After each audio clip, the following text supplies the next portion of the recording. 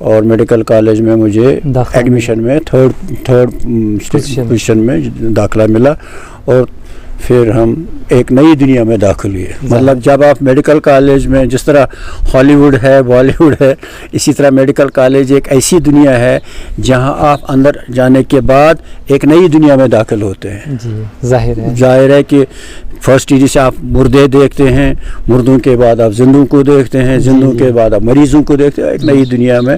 اور اس نئی دنیا میں بہت کچھ سیکھنے کے بعد آج تک وہ ہمارے ساتھ ہے. یقیناً. ڈاکٹر نذیر مشتاق صاحب، آپ نذیر مشتاق صاحب کے نام سے ہی لکھتے ہیں، مطلب نذیر مشتاق آپ کا قلمی نام ہے. جی. تو آپ کا اصل نام کیا ہے؟ میرا اصلی نام ہے نذیر احمد لون. جی. اور باپ کا نام ہے غلام حسن لون. ہم لون فیملی سے ہیں. جی. اور نذیر مشتاق یہ ہے کہ میرے دادا جان ایک بین الاقوامی شخصیت تھے. وہ ایک انٹرنیشنل ہنٹر تھے اور انگریزوں کے برطانیہ میں سکونت پذیر ہوئے تھے اور پھر واپس آئے. تو برطانیہ کے بہت سارے سیاستدان ان کے یہ تھے، دوست تھے. تو خیر وہ ایک الگ داستان ہے. میں اپنے بارے میں کہوں گا کہ انہوں نے میرا نام نذیر احمد رکھا، لیکن میری دادی جو تھی وہ مجھے مشتاق بول رہا تھا. یہ مشتاق ہوں، یہ بڑا مشتاق ہی نہیں. تو میں نے پھر سوچا کہ چلو دونوں کو ایک ساتھ کرتے ہیں، احمد بیچ میں حذف کر کے نذیر مشتاق رکھ دیا. تو اسی نام سے. اور میرا ایک دوست تھا زاہد منظور، جب میں لکھتا تھا نذیر احمد مشتاق، جی، تو زاہد صاحب نے اس احمد کو کاٹ کر نذیر مشتاق کر دیا. میرے بہت اچھے دوست ہیں جنہوں نے مجھے بہت سہارا دیا جس وقت مجھے ضرورت تھی، اور انہوں نے مجھے ٹی وی دنیا سے متعارف کرایا. تو انہوں نے یہ نذیر مشتاق، پھر نذیر مشتاق میڈیکل کالج میں بھی سبھی نذیر مشتاق کے نام سے جاننے لگے، اور ادبی دنیا میں بھی اسی نام سے پہچانا جانے لگے. دونوں جگہوں پر آپ نذیر مشتاق کے نام سے جانے جاتے ہیں، پہچانے جاتے ہیں. آپ نے اس بات کا خلاصہ تو کر ہی دیا کہ آپ ادب کی جانب آپ کے رجحان کا سبب کیا ہے. مطلب آپ نے کہا کہ 8ویں سے آپ بالکل کتابیں پڑھنے اچھا لگتا تھا، اردو میں لکھنا بہت اچھا لگتا تھا. ظاہر ہے اس وقت ہماری سرکاری زبان اردو تھی، آج بھی ہے، آج بھی ہماری سرکاری زبان اردو ہے، اس وقت بھی تھی. اور لیکن اس وقت خاص بات یہ تھی کہ تمام مضامین جو اردو میں ہوتے تھے، اور میں پڑھتے تھے اردو. یہاں تک کہ ریاضی کا سبجیکٹ بھی ہمیں اردو میں پڑھنے کو مل جاتا تھا، سائنس، تاریخ، سویکس وغیرہ تمام مضامین. تو بچوں کی دلچسپی بھی فطری میلان ہے اردو کی جانب. اور ایک سیکنڈ، اور جس سکول میں نے ابتدائی 8ویں جماعت پڑھے، وہاں کی ساری مطلب چونکہ مذہبی دینیات وغیرہ یہ سب اردو میں تھا، اس لیے اردو کے ساتھ میری دلچسپی کا ہونا یقینی تھا. ڈاکٹر نذیر مشتاق صاحب، آپ نے افسانے لکھے، افسانچہ تحریر کی. آپ نہ صرف قومی، ریاستی بلکہ بین الاقوامی رسائل جرائد میں بھی شائع ہوتے رہے. اس کے علاوہ آپ کے افسانچوں کی خاص بات ہے ان میں فنی پختگی نظر آتی ہے. اور لیکن یہ بتائیں کہ افسانچہ لکھنے کی ترغیب آپ کو کہاں سے ملی؟ دیکھیے، جب ہم جوانی عہد شباب میں تھے تو ہمارے یہاں بک اسٹالوں پر شمع، روبی، کھلونا اور 20ویں صدی، خاتون معاشرے، یہ سب رسالے ملتے تھے، کثرت سے ملتے تھے. شمع ایک مشہور معروف رسالہ تھا کشمیر میں، سب لوگ پڑھتے تھے، خاص کر شمع ادبی مام میں پر کرتے تھے. شاید لاٹری نکل آئے تو پوری دنیا میں اور ان کے اس شمع میں جو اردو زبان میں افسانے چھپتے تھے، واجدہ تبسم کے، غیاث احمد قیدی کے، کسی جو بھی نام آپ لیں گے سب کے سب چھپتے تھے. نور شاہ صاحب کے تھے، حامدی کشمیر، ہمارے ہاں حامدی کشمیر، ان سب کے افسانے چھپتے تھے. تو اس شمع کا ایک سٹینڈرڈ تھا. اس میگزین میں ایک کہانی ہوتی تھی، ایک مختصر کہانی اسی صفحے پر مکمل. وہ موضوع دیتے تھے؟ نہ مختصر کہانی ایک ہی صفحے پر مکمل. وہ ایک کہانی ہوتی تھی، صرف ایک ہی صفحے پر سمیٹنا تھا. تو یہ مجھے اچھا لگتا تھا، کیونکہ میں آج بھی اس لیے میں نے افسانچہ کو اپنا لکھنے کا مقصد بنایا. میں نہیں چاہتا ہوں کہ طویل، میں چاہتا ہوں کہ میں اپنی بات مختصر کہوں، کیونکہ آج کل کے زمانے میں لوگوں کے پاس وقت نہیں ہے، وقت ہی نہیں ہے. اگر وقت ہے بھی تو حوصلہ نہیں ہے، پیشنس نہیں ہے. کوئی آپ کا افسانہ 10-20 پیج پر کہاں پڑے گا؟ اس کی وجہ آپ بتا سکتے ہیں؟ اس کی وجہ کیا ہے؟ اس کی وجہ مجھے لگتا ہے پرانے زمانے میں نہ ٹی وی تھا، نہ موبائل تھا، نہ انٹرنیٹ تھا، نہ اتنی چینلز تھی. بہت سارے آج گاڑیاں بھی کم تھیں، بالکل آمد و رفت کچھ بھی نہیں تھا ہمارے پاس ان کے سوا. یہی میں کہتا ہوں کہ رسالے پڑھنے کے سوا ہمارے پاس کچھ بھی نہیں تھا. تو اس شمع میں جو وہ کہانی چھپ چھوٹی چھوٹی، پھر میں نے ٹرائی کی، میں نے ایک کہانی بھیجی ان کو، ضرورت میری وہی مختصر سی کہانی 6 بار ریجیکٹ ہو گئی، انہوں نے نہیں. لیکن ساتھ ساتھ وہ یونس دہلی وادرزل جو بھی ان کو وہاں مدیر تھے، وہ ساتھ ساتھ نوٹ بھی لکھتے تھے سرخ سیاہی سے کہ اس میں کیا خامی ہے. یہ میرے ذہن میں رہا. تو تب سے میں پھر وہ کہانی روبی میں شائع ہوئی. روبی میں اس کا پرلل ایک میگزین نکلتا تھا، تو تب سے، اور روبی میں بھی افسانچے ان دنوں شائع ہوتے تھے. تو اس لیے یہ پھر بہت دیر تک، چونکہ ڈاکٹری مصروفیات، میں ملک سے باہر بھی رہا، میرا ادبی سلسلہ منقطع ہو گیا. لیکن بالآخر میں اسی مقام پر پہنچا اور افسانچہ لکھنے لگا. اور اس وقت تک میں نے تقریباً 200-250 افسانچہ لکھے ہیں، اور 2 کتابیں تیار ہیں. انشاءاللہ اس سال وہ منظر عام پر آنی چاہیے. یقیناً لوگوں کو آپ کی تخلیقات سے، آپ کے افسانچوں سے، آپ کے افسانوں سے استفادہ کرنا چاہیے، اور دیکھنا چاہیے کہ کس طرح افسانچہ لکھا جاتا ہے، کس طرح موضوع کو سمیٹا جاتا ہے، کس طرح انسان اپنی بات مختصر میں وہ دلائل کے ساتھ پیش کر سکتا ہے، واضح انداز میں، وہ بھی کم لفظوں میں. ڈاکٹر نذیر مشتاق صاحب کو یہ امتیاز حاصل ہے کہ آپ نے افسانچے میں سائنس کو سمویا ہے، جو بہت کم لوگوں کا حاصل ہے. اس کے علاوہ اگر ہم بین الاقوامی یا قومی سطح پر بات کریں کہ جن لوگوں نے افسانچہ نگاری میں امتیاز حاصل کیا ہے، جموں کشمیر میں اگرچہ نوشا صاحب یہاں افسانے کے استاد تصور کیے جاتے ہیں، انہوں نے بھی کم افسانچے تحریر کیے، لیکن جس انداز میں، جس رفتار سے نذیر مشتاق صاحب لکھ رہے ہیں، وہ واقعی قابل داد ہے، قابل ستائش ہے. ہم منٹو نے بھی افسانچے لکھے ہیں، اس کے علاوہ جوگندر پال نے افسانچے لکھے ہیں، بشیر مالیہ کوٹلوی پنجاب سے لکھ رہے ہیں، اور وہاں سالی جمیل براڑ لکھ رہے ہیں، بہت اچھے افسانچہ نگار ہیں.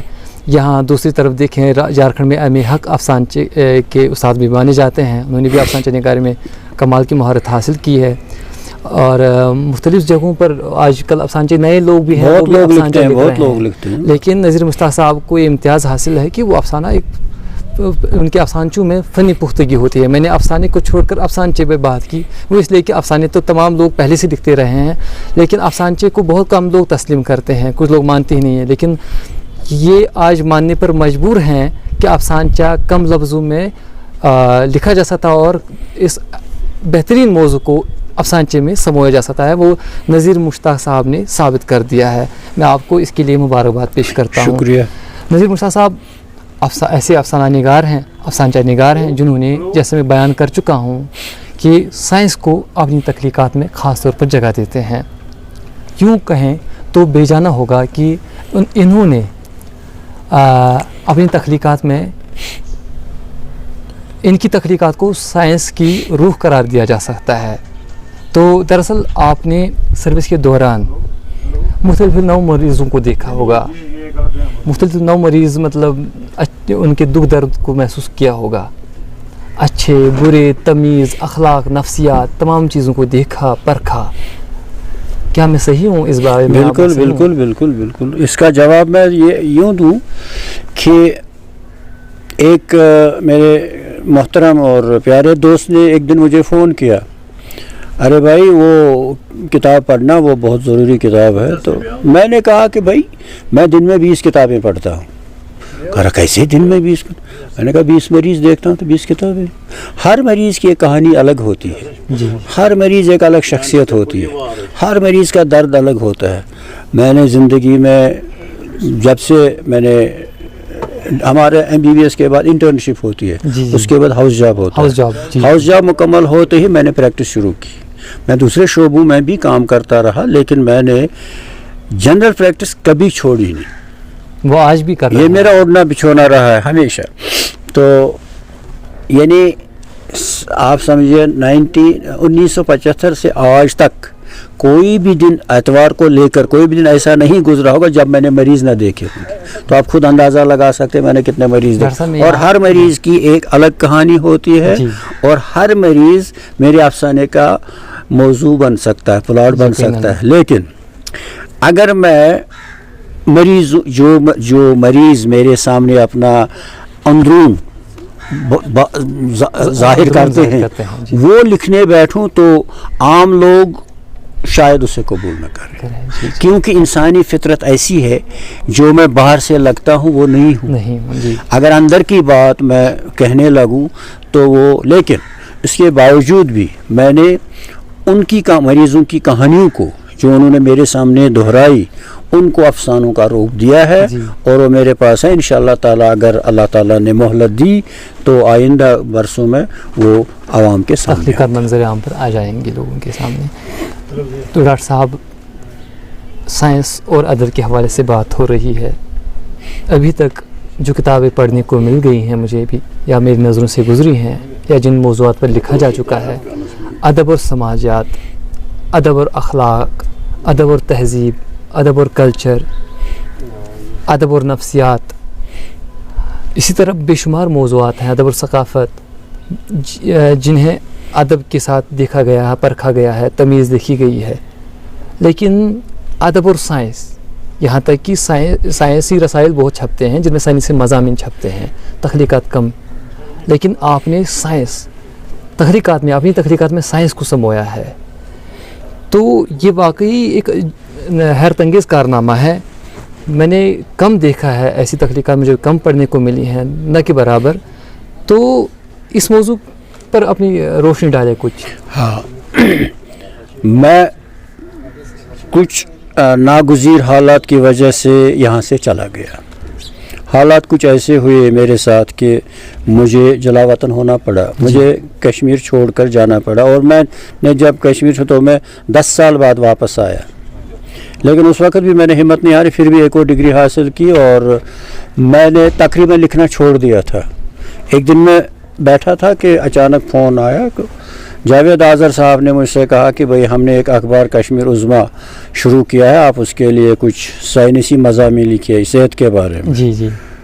تو میں نے کہا مجھے کیوں چنا ہے اس بارے میں؟ مجھے پتہ ہے کہ آپ اردو نثر اچھا لکھتے ہیں. تو میں نے لکھنا شروع کیا اور وہ لکھتے 10-12 سال تک کالم چلتا رہا. اور پھر ان کو ایک زخیم کتاب کی صورت میں صحت کامل جلد اول شائع ہو چکی ہے. انشاءاللہ دوبارہ بھی شائع ہوگی. دیکھنا چاہیں گے, ہاں, اپنے ناظرین کو بھی دکھائیں بالکل کہ یہ زخیم کتاب جو آپ کو نظر آ رہی ہے اسکرین پر, یہ ڈاکٹر نذیر مشتاق صاحب کی ایک معتبر تصنیف ہے. اس کتاب کا نام صحت کامل ہے. مطلب صحت سے متعلق, طب سے متعلق اس میں مضامین پڑھنے کو مل جائیں گے. اور یہ کتاب ایک ضخیم کتاب ہے اور 650 صفحات پر مشتمل ہے. اور اس میں مختلف مشاہیر ادب کی آراء بھی ہے. ہاں, بہت سارے مضامین ہیں اس میں. اور یہ ایک خوبصورت تصنیف ہے جسے ہم سب کو, یہاں تک کہ طب کے شعبے سے جو حضرات وابستہ ہیں ان کو بھی پڑھنا چاہیے. اسے ان کی بھی نشوونما ہوگی, ذہنی نشوونما ہوگی کہ کس طرح کے مریض آپ کو اپنے شعبے میں مل جائیں گے اور ان کے ساتھ کیسے ٹریٹمنٹ کرنا ہے. میں عرض کروں کہ اس کے پیچھے کیا راز ہے, یہ کتاب کیوں لکھی گئی. جب میں ایران میں بحیثیت میڈیکل آفیسر کام کرتا تھا, وہاں میں نے دیکھا کہ ہر چیز فارسی میں ہے. ہر میڈیسن کی کتاب, انجینئرنگ کی کتاب, کمپیوٹر کی کتاب, جو بھی ہے ان کی اپنی زبان میں ہے. اس لیے ان کے لیے پڑھنا بہت آسان ہو جاتا. میں نے کہا کہ ہمارے کشمیری زبان میں کچھ ہے ہی نہیں. تو میں نے کہا میں یہاں سے جا کر کم از کم اپنے میڈیسن کو کشمیری میں ترجمہ کروں گا. میں نے دوستوں سے مشورہ کیا, انہوں نے کہا کشمیری میں تو آپ ترجمہ کریں گے لیکن پڑھے گا کون, مشکل یہ ہے کہ پڑھے گا کون. چلیے اردو میں کر. پھر جاوید صاحب نے کہا کہ چلو اردو آپ ہمارے لیے کالم لکھتے رہیے. پھر میں ان کے لیے ان کالم دنوں کشمیر عظمیٰ ہفتہ وار ہوا کرتا تھا. اور جاوید اس میں اس کتاب کو بنانے میں اور ان مضامین کو بالکل اعلیٰ معیاری بنانے میں ان کا بہت بڑا رول ہے, کیونکہ وہ بہت محنت کرتے. رات کے 12 بجے فون کرتے تھے, اے بھائی یہ آٹو امیون ڈیزیز لکھا ہے, اس کا یہ ان کی خاصیت اس کا ڈھونڈیے مد مقابل. تو میں بھی بہت محنت کرتا تھا. میں میڈیکل کالج میں انیٹمی, فزیالوجی اور پیتھالوجی سب کتابوں کو پڑھ کر نچوڑ کر پھر یہ مضمون لکھتا تھا. تو اس وجہ سے اس میں چونکہ فارسی میری اچھی خاصی رہی, 10 سال میں ایران میں رہ چکا ہوں. فارسی میں نے پڑھی بھی اور عمر خیام تک سمجھ سکتا ہوں, اتنی فارسی تو سیکھی ہے شادی وقت تک. تو اس سے اس پر بہت فرق پڑا. یہ طب اور سائنس کا ایک سنگم بن گیا. تو جنہوں نے بھی پڑھا یہ پڑھنے والوں نے, بہت سارے لوگوں نے اس کی فائل بنا کے رکھ دی تھی. اس سے میری پریکٹس بھی آسان ہو گئی. لوگ آتے تھے وہ اخباری کالم لے کر, جناب یہ ہے کالم, ہم اسی بیماری میں مبتلا, آپ علاج لکھیے. ماشاءاللہ. تو یہ ایک لینڈ مارک رہ گیا, اور خاص کر اردو میں. تو پھر مجھے بڑی خوشی ہوئی کہ کشمیر یونیورسٹی نے اسے دیکھا اور پرکھا, اور مجھے اس انعام جب ان کی 50ویں سالگرہ تھی تو اس موقع پر مجھے ایک جو میرے پاس موجود اصطلاحات وضع کی ہیں, کچھ الفاظ مجھے ان کا نام یاد نہیں, جنہوں نے جس طالب علم نے وہ الفاظ جمع کیے ہیں, انہوں نے کہا کہ بھائی 40 سے 50 الفاظ ایسے ہیں جو آپ نے اس میں فارسی کا سمو کر آپ کو اردو زبان کو دیے. مجھے خود بھی پتہ نہیں ہے, نئے الفاظ ہیں. جیسے مثلا ایک لفظ میں کہوں گا, ایڈس آٹو امیون ڈیزیز ہے. اب آٹو امیون کا کہیں مل نہیں رہا تھا. میں نے جب اس کا فارسی آٹو خود امیون مصون, خود مصون بیماری, تو اچھا خاصا ایڈ سے خود مصون بیماری ہے. اچھا لفظ, بہت عمدہ. اسی طرح بہت سارے جیسے پھر میں نے کشمیری زبان میں بھی بہت سارے الفاظ دے دیے. خیر وہ الگ بات ہے. ڈاکٹر صاحب یہاں ایک بات پیدا ہوتی ہے, آپ نے کہا آپ ایران سے ہیں, یہاں سرکاری زبان ہماری اردو ہے, آپ اردو بخوبی جانتے ہیں, بچپن سے لکھتے رہے ہیں. تو MBBS ڈاکٹر ہیں, معالج ہیں, بہترین معالج ہیں, تو انگریزی جانتے ہیں ماشاءاللہ. ایران سے فارغ التحصیل ہیں, وہاں فارسی زبان دان ہیں آپ, تو کشمیری زبان بھی جانتے ہیں, یقیناً ہماری مادری زبان ہے. تو مجموعی طور پر آپ کتنی زبان جانتے ہیں, کتنی زبانیں جانتے ہیں, اور کتنی زبانوں پر عبور رکھتے ہیں؟ میں انگریزی زبان کا شوقین ہوں, مگر انگریزی سے پڑھتا ہوں اور اردو لکھتا ہوں, کشمیری بولتا ہوں. مجھے کشمیری بولنے میں, مطلب اگر یہ انٹرویو کشمیری زبان میں ہوتا میں زیادہ کمفرٹیبل ہوتا. میں نے جب بھی کہیں کچھ بولنے کی صحیح کی کچھ انٹرویو, تو میں پہلا تھا اگر کوشر پوچھی بات کرو تو جانو. بہرحال یہاں اردو کا مسئلہ ہے تو اردو بولنا ہی پڑے گا. اس لیے میں کشمیری بہت اچھی طرح لکھ سکتا ہوں. میں نے ٹی وی کے لیے کتنے سیریل لکھے یاد نہیں, بہت سارے سیریل لکھے, میرے خیال میں 50 سے اوپر. اور ٹی وی کے لیے جو میں نے افسانے لکھے تھے 50 کے قریب, ان سب کو میں نے ٹیلی ویژن کا روپ دیا, کیونکہ ٹیلی ویژن میں نے پارٹ ٹائم جاب کیا تھا اور میں اس میں ایڈیٹنگ میں کام کرتا تھا, اس لیے مجھے اس میں مہارت تھی. یعنی میرے لیے بہت آسان ہے کسی سکرپٹ کو ٹیلی ویژن میں ڈالنا. اگر مجھے ابھی جناب ہمارے وادی کے مشہور محرم نور شاہ صاحب یا جناب ویشی سعید صاحب اپنی کہانی دے دیں, میں اسے ایک دن میں ٹی وی کے لیے کنورٹ کر سکتا, تیار کر سکتا. یہ اس میں مجھے مہارت ہے. تو اس لیے میں نے ٹی وی کے لیے بہت کچھ لکھا, اور ان لوگوں کو بھی مزہ آتا تھا, کیونکہ میرا اسکرین پلے میں ان کو بہت کم محنت کی ضرورت پڑتی تھی. جو بھی میں نے لکھا انہوں نے, مطلب حالات ویسے نہیں تھے, لیکن سب پروڈیوسر ڈائریکٹر نے اپنی طرف سے اچھی کوشش کی, اچھے پروگرام بنائے, اور میں بھی بزی رہا. تو اس طرح ٹی وی کے لیے میں نے بہت کچھ لکھا, 50 سے زیادہ کہانیاں لکھی, سیریل لکھے, اور کہانیاں, یہ ڈرامے لکھے. ڈراموں میں شبیر مجاہد نے مجھے بہت سپورٹ کیا. انہوں نے میرے کچھ ڈرامے خود پروڈیوس کیے. وہ بہت اچھے پروڈیوسر ہیں اور ڈائریکٹر ہیں, اس لیے انہوں نے, اور بہت سمجھدار ہیں, قابل ہیں, تعلیم یافتہ. انہوں نے کچھ میرے ڈرامے, میں زندگی بھر یاد رہوں گا, میرے کچھ ڈرامے انہوں نے اعلیٰ پیمانے کے, مطلب میرے خیال میں نیشنل لیول کے بنائے. تو اس طرح میں نے ٹی وی کے لیے بہت, لیکن ٹی وی کے لیے میں پہلے بھی لکھتا تھا, مطلب بریک سے پہلے, یعنی ایران جانے سے پہلے بھی لکھتا تھا. میں نے جب پہلی فلم ٹی وی کے لیے لکھی, ان دنوں یہ فیسلٹیز نہیں تھی. ان دنوں آپ کو اسکرپٹ یاد کرنا پڑتا تھا. میں جب پہلی بار ٹی وی کے اندر گیا تو زاہد منظور صاحب میرے دوست, انہوں نے چند پروڈیوسروں کو کہا کہ یہ میرے دوست ہیں, ذرا ان کی سنیے. بس میں اندر داخل ہوا, وہاں سراج قریشی, بشیر بڈگامی اور فاروق نازکی بیٹھے تھے. وہ اپنی مستی میں تھے, مطلب میری طرف, میں نوجوان تھا, میری طرف کوئی توجہ نہیں دی. انہوں نے, سراج قریشی نے کہا چلیے پڑھیے. میں نے جب پڑھنا شروع کیا تو بیچ میں رک, انہوں نے کہا ایک سیکنڈ پھر سے پڑھو. میں نے پھر سے پڑھا, کہتا ڈن, دوسرے کل آ جاؤ. کل میں گیا تو بولا دیکھو بھائی آپ کی جو کہانی ہے یہ بہت اچھی ہے, لیکن ٹی وی کا روپ الگ ہوتا ہے. میں نے کہا بتائیے کیا کرنا, میں کر لوں گا. جوانی تھی, دن رات میں فرق ہی نہیں محسوس ہوتا تھا. تو جناب میں نے, انہوں نے مجھے دکھایا کہ یہ ہے ڈائلاگ, پھر نریشن, راوی, پھر کٹ ٹو ڈائریکشن, ایسے. تو کب لائیں گے آپ؟ میں نے کہا کل. کہنے کا کل کیسے؟ میں گیا, رات کو یہ بھی نہیں تھی, بجلی بھی نہیں تھی. میں نے شمع جلائی, شمع کے نیچے لکھ صبح اٹھا, نماز پڑھی اور کالج گیا. بریک میں ٹی وی پہنچا. انہوں نے جب دیکھا تھا نہیں, تو انہوں نے مجھے وہ 11 بار لکھوایا. اتنے مطلب ڈیڈیکیٹڈ تھے. 11 بار لکھا. تو اس کے بعد وہ سٹوری سپر ہٹ ہو گئی اور ہر کسی نے پسند کی, آج تک بھی وہ مشہور ہے.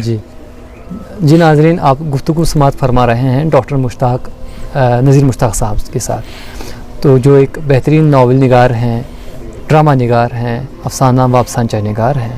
ڈاکٹر نذیر مشتاق صاحب, آپ اپنی کتابوں کی تفصیل بتائیں. آپ کی کتنی کتابیں کن اصناف میں ابھی تک شائع ہوئی ہیں؟ میری ایک ناول پیغام 1973 میں شائع ہوا تھا. دوسرا شائع ہونے والا تھا, اس میں کچھ رکاوٹیں آئیں تو نہیں ہوا.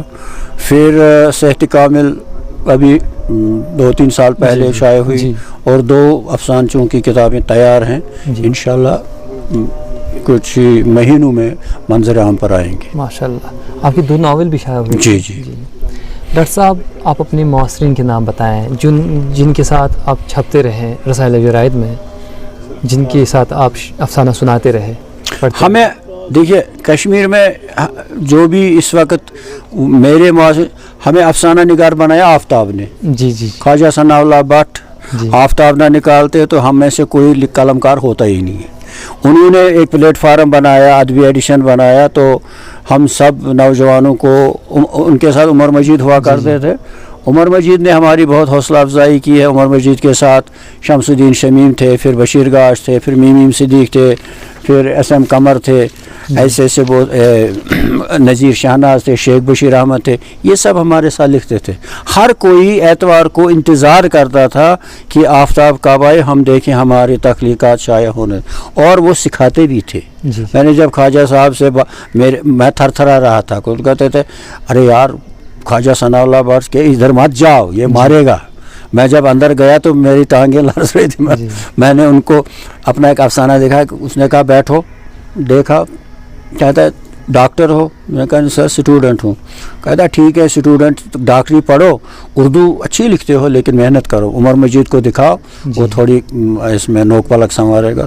پھر عمر مجید صاحب میرے دوست بن گئے, اور آخری عمر تک میرے دوست تھے. میرے پاس آتے تھے, میرے گھر آتے تھے, اور مجھ سے مشورہ بھی لیتے تھے, ڈاکٹری مشورہ بھی لیتے تھے. تو انہوں نے ہمیشہ میری حوصلہ افزائی کی. اور مجھے مطلب آپ کے جو معاصرین ہیں بڑے بڑے نام رہے ہیں, بڑے بڑے نام, وحشی سید صاحب ہیں, بالکل, مشتاق مہدی صاحب. وحشی سید صاحب کے بارے میں ایک دلچسپ بات کہوں کہ میں ان دنوں میڈیکل کالج میں پڑھتا تھا, اور ان کا نگینہ بھی وہیں چھپتا تھا. میں وہ نگینہ ہر روز, مطلب جب بھی چھپتا تھا خریدتا تھا, پڑھتا تھا, کیونکہ اس میں ان دنوں فلمی تصاویر بھی ہوتی تھی, فلمی کہانیاں بھی ہوتی, افسانے بھی ہوتے تھے. اور میں سوچتا تھا کہ کاش میں ان دونوں وہ لکھتے تھے وحشی سید ساحل, کہ ان سے ملوں, کبھی ملاقات ہو. جی کیا پتہ تقدیر کا کہ آج اس وقت ہم ایک وہ ہمارے بہترین دوست ہیں، میرے جی بہترین مخلص ہے، ہمدرد ہے، اور مجھے دل کی گہرائیوں سے چاہتے ہیں، عزت کرتے ہیں، اللہ پیار سلامت کرتے رکھے، ہیں. اس پیار محبت اللہ کو. تعالیٰ ان جی. کو سلامت رکھے. ڈاکٹر صاحب آپ کس تحریک سے وابستہ رہے؟ کیا کسی تحریک نے آپ کو متاثر کیا؟ آپ مجھے اگر آپ سچ مانے تو مجھے معلوم ہی نہیں ہے تحریک کیا ہوتی ہے.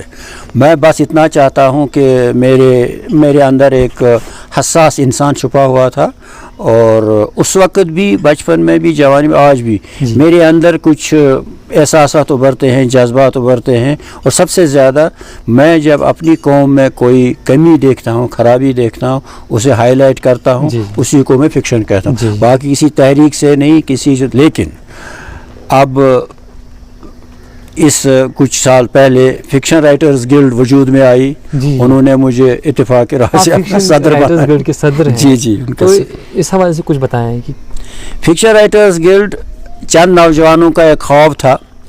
اس میں سلیم صالح سرفہرست ہیں، غلام نبی شاہد ہے، ناصر ضمیر ہے، اور ان سب نے ایک سپنا دیکھا، جس سپنے کو ہمارے محترم دوست اور وادی کشمیر یا ہندوستان کے ایک اعلیٰ پایا کے قلم کار جناب ویشی سعید صاحب ان کے سرپرست بنے، اور مجھے بھی اپنے ساتھ شامل کیا، اور ایک رائٹرز گلڈ کی بنیاد ڈالی، جو برسوں سے آج تک بڑی خوش اسلوبی سے خدمت انجام دے رہا ہے، اور بہت اچھے کام کیے ہیں. ہم نے اسی ہوٹل شہنشاہ میں بہت ساری مجلسوں کا انعقاد کیا ہے، اور وہ دن بدن ترقی کی راہ پر گامزن ہے. ہر کوئی جو بھی اس کا ممبر ہے، ہر کوئی لگن اور تندہی سے کام کرتا ہے. اور میرے خیال لیکن لاک ڈاؤن سے، کرونا وائرس کے پھیلنے سے ہم پر بہت اثر پڑا، کیونکہ مل نہیں سکتے ہیں، ایک دوسرے سے متاثر ہوا. زندگی کا ہر شعبہ متاثر ہوا. کبھی کبھی آن لائن بھی کرتے ہیں، لیکن وہ ہمارے نوجوان جو ہے، اللہ ان کو سلامت رکھے، بہت اچھی طرح کام کر رہے ہیں. ڈاکٹر صاحب کیا آپ کی کہانیوں کا ترجمہ ہوا ہے؟ جی ہاں، میری کہانیوں کا فارسی میں اور کشمیری میں ترجمہ ہوا بھی ہے. انشاءاللہ تعالیٰ آپ دیکھیں گے کہ کتابی شکل میں وہ ضرور آئے گا انشاءاللہ تعالیٰ. ڈاکٹر صاحب آپ سوشل میڈیا کا اردو زبان ادب میں رول، اس حوالے سے کچھ کہیں کہ کتنا اثر، کتنا اہم کردار سوشل میڈیا ادا کر سکتا ہے اردو زبان ادب میں؟ کسی بھی شخص کو اگر اردو زبان کی خدمت کرنی ہو، وہ کسی بھی طرح کر سکتا ہے. جی. میں نے دیکھا کہ سوشل میڈیا ایک اہم ذریعہ ہے. میں نے سوشل میڈیا پر اپنے افسانچے ڈال دیے، اور دیکھا کہ پہلے 4 کمنٹس، 10 کمنٹس، لیکن آہستہ آہستہ بڑھتا گیا. ابھی ہزاروں میں یا سینکڑوں میں کمنٹس ملتے ہیں، اور ایک بین الاقوامی سطح پر پاکستانی بھی پڑھتے ہیں، عربی پڑھتے ہیں، افغانی پڑھتے ہیں. اس سے بہت فرق پڑتا ہے. یعنی آپ کے دل میں جذبہ اور لگن ہونا چاہیے اردو زبان کی خدمت. آپ کسی بھی طرح کر سکتے ہیں، افسانے لکھ کے بھی، شاعری کر کے بھی، سوشل میڈیا پر ڈال کے بھی، کسی بھی طرح. ڈاکٹر صاحب آپ نوجوان نسل کے لیے کیا پیغام دینا چاہتے ہیں؟ میں نوجوان نسل کو یہ پیغام دوں کہ وہ محنت کو اپنی زندگی کا حصہ بنا لے. There is no substitute hard work. Shortcut نہیں ہوتا ہے. اگر کسی کو افسانہ نگار بننا ہے تو اس کو پڑھنا ہے افسانہ کیا ہوتا ہے، کیسا ہوتا ہے، کس طرح لکھا جاتا ہے. اس کے لیے نہ صرف وادی کے مشہور و معروف افسانہ نگار پڑھنا، بلکہ پورے دنیا کے جو بھی جنہوں نے افسانے لکھے ہیں سب کو پڑھنا ہے. اس میں ان کو یہ نہیں سوچنا ہے کہ کون اونچے قد کا افسانہ نگار ہے، کون چھوٹے، سب کا پڑھنا ہے، تاکہ وہ بہت محنت کرنی ہے. اور پھر کسی استاد سے مشورہ کرنا ہے، ان کو لکھنا ہے کہ کسی استاد کی خدمت کرنی ہے کہ بھائی ہم ایسے لکھیں گے، وہ استاد ان کو سکھائے گا. مشورہ بہت ضروری، لیکن مطالعہ کرتے رہنا ہے، جب تک وہ مطالعہ کرتے رہیں گے، ان کے اندر کا جو ادیب ہے وہ خود بخود باہر آئے گا. اپنے بزرگوں کو پڑھنا ہے، اور ان سے مشورہ لینا ہے. بالکل. ان کو اپنی تخلیق دکھانی ہے، اصلاح لینی ہے، تو اس سے ان میں معیار قائم ہوگا. بالکل. ان کی زبان درست ہوگی. تو بہرحال ڈاکٹر صاحب اب آخر پہ آتے ہیں، تو اب آپ اپنا افسانچہ سنائیں ناظرین کو نمونے کے طور پر، تاکہ دیکھیں کہ آپ کے موضوعات کیا رہتے ہیں افسانچوں کے. میرے افسانچوں کے موضوع ویریڈ ہیں، کچھ بھی ہو سکتا ہے. جی. لیکن میں نے کہا کہ میں زیادہ تر سماجی برائیوں کی نشاندہی کرتا ہوں. میرا کام ہے آپ کو بتانا بھائی آپ کے ادھر یہ داغ ہے, اب اس کو آپ خود مٹائیں گے. جی یہی ہے میرا مطلب. مجھے اپنے یہ جو ہے اپنا قوم ہے اس کے ساتھ بہت محبت ہے, بہت. میں بہت اچھی نوکری چھوڑ کر بہت نقصان کر کے اس وقت کشمیر آیا کیونکہ یہاں میری ضرورت تھی. اب میں نے وہ ضرورت وہ ایک الگ موضوع ہے, لیکن میں نے اپنا فرض نبھایا. اسی طرح میں اپنے افسانوں میں یا افسانچوں میں انہی مطلب لوگوں کو ان کا چہرہ دکھاتا ہوں. تو یہ ایک ہٹ کے افسانہ ہے, آپ سنیے. افسانچہ کا عنوان ہے بیٹی بیٹے. بھگوان داس کو ایمرجنسی تھیٹر میں داخل کیا گیا تھا. شاید اسے کوئی سرجیکل پرابلم تھی. تھیٹر کے باہر کوریڈور میں اس کے 4 بیٹے اور 1 بیٹی انتظار کر رہے تھے. جب اس کے گھر بیٹی پیدا ہوئی تھی تو اس نے 10 روز بھوک ہڑتال کی تھی. وہ بیٹی کو ایک نحوست سمجھتا تھا.